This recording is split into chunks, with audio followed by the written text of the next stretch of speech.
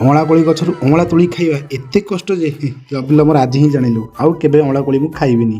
ତ ଲାଇନ୍ ପଳେଇବାରୁ ଲବିଲମର ପଳେଇନା ବାଡ଼ି ପଟକୁ ଟିକେ ଥଣ୍ଡା ଥଣ୍ଡା ପବନ ଖାଇବା ପାଇଁ। ତ ଦେଖିଲା ବେଳକୁ ଆମ ବାଡ଼ିରେ ଏତେ ସାରା ଅଁଳା କୋଳି ହେଇଛି।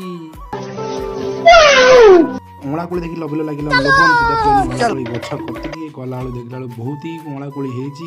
ପୁରା ଫେନ୍ତା ପେନ୍ଥା ପୁରା ଝୁଲିଛି ଅଁଳା କୋଳି କି ଖାଇନାହାନ୍ତି। ଲବିଲି ଗଛକୁ ଜୋରରେ ହଲିଲା, ଗୋଟେ ବି କୋଳି ଗଲାନି। କହିଲା ଭାଇ ମୁଁ ଆଜି ଖାଇନି ଭାତ, ସେଥିପାଇଁ ମୋର ବଳ ହିଁ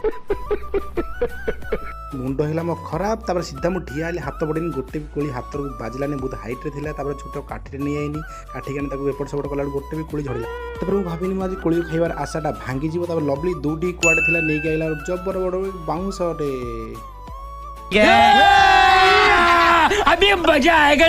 ତାର ବାଉଁଶରେ 2-3 ପାହାରା ଦେଲା ବେଳକୁ କୋଳି ଖାଲି ଝଟପଟ ଝଟପଟ ସବୁ ଯାକ କୋଳି ଝଡ଼ି ପଇଲା।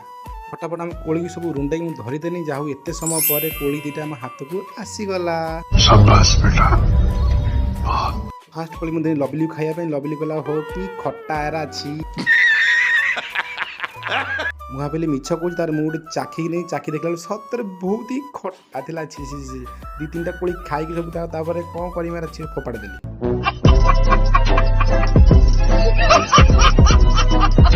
ଯଦି ଭିଡ଼ିଓ ଭଲ ଲାଗିଲା like and subscribe my channel.